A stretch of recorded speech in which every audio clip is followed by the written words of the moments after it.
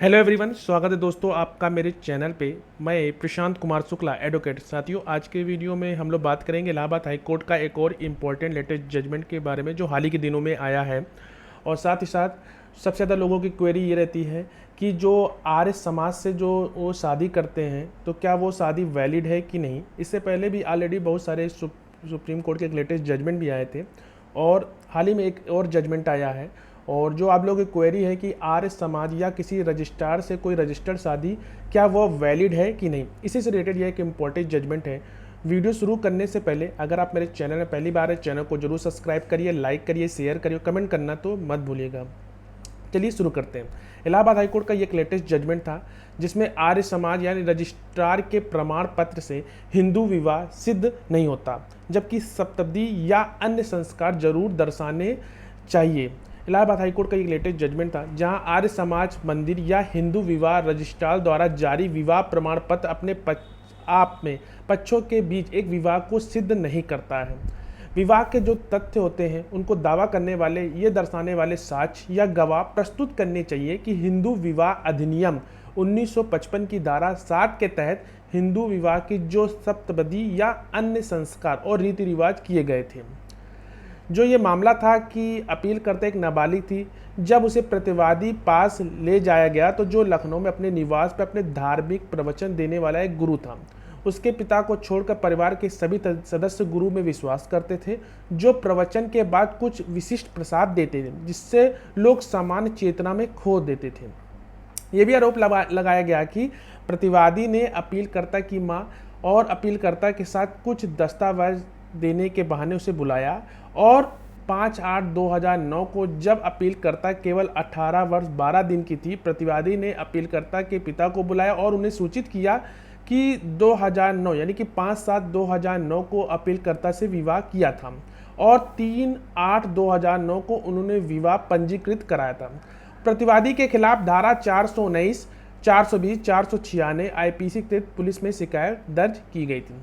और जो अपीलकर्ता ने कभी भी विवाह के लिए सहमति नहीं दी थी, क्योंकि इस तरह का विवाह उसने विवाह को शून्य घोषित करने के लिए हिंदू विवाह अधिनियम की जो धारा है 12 के तहत मुकदमा दायर किया। प्रतिवादी ने वैवाहिक अधिकारों की बहाली की मांग करते हुए अधिनियम की धारा 9 के तहत मुकदमा दायर किया। फैमिली कोर्ट ने पाया कि विभिन्न गवाहों और बयानों में विरोधाभास था और जो अपीलकर्ता यानी कि पिता ने अपनी आपराधिक शिकायत में कहा कि अपीलकर्ता को विवाह के लिए आर्य समाज मंदिर और रजिस्ट्रार कार्यालय में भी ले जाया गया था। अपीलकर्ता ने दावा किया कि प्रसाद खाने के बाद उसे कागजात पे हस्ताक्षर करने के लिए मजबूर किया गया था।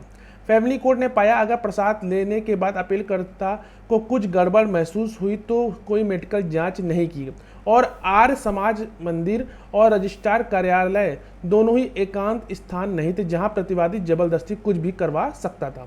धारा 12 के तहत मुकदमा इस आधार पर खारिज कर दिया गया कि अपीलकर्ता को इसकी मां यह साबित नहीं कर सकी कि वे आर्य समाज मंदिर और रजिस्ट्रार जो कार्यालय में मौजूद नहीं थी। शिक्षित होने के कारण उन्हें पता था क्या वे हस्ताक्षर नहीं कर रही थीं। हालांकि वैवाहिक अधिकारों की बहाली के मुकदमे के संबंध में फैमिली कोर्ट ने यह केवल यह देखा कि प्रतिवादी अपीलकर्ता को अपनी पत्नी के रूप में लेने के लिए तैयार था और मुकदमा तय किया गया। फैमिली कोर्ट के आदेश को चुनौती देते हुए अपीलकर्ता के वकील ने यह तर्क दिया कि विवाह योग्य विवाह शून्य करनी था, क्योंकि विवाह और उसका पंजीकरण प्रतिवादी की ओर से धोखाधड़ी वाला कार्य था। प्रतिपक्ष के वकील ने यह भी तर्क दिया कि शिक्षित महिलाएं होने के कारण वे स्वतंत्र सहमति के बिना आर्य समाज मंदिर और रजिस्ट्रार कार्यालय में नहीं जाती।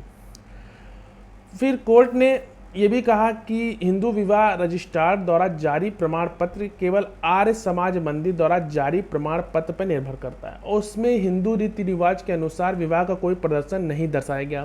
प्रमाण पत्रों को पक्षों के बीच एक वैध विवाह की घोषणा के लिए साक्ष्य के रूप में इस्तेमाल नहीं किया जा सकता।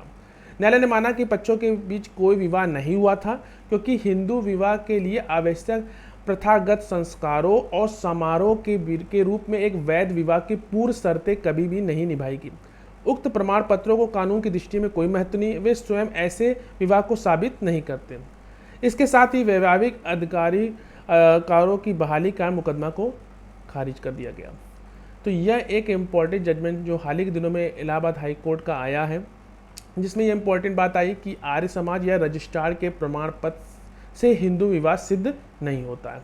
आशा करते हैं जजमेंट आपको अच्छा लगा होगा। लाइक शेयर कमेंट करना तो मत भूलिएगा। मिलते हैं एक नेक्स्ट वीडियो में, तब तक के लिए धन्यवाद।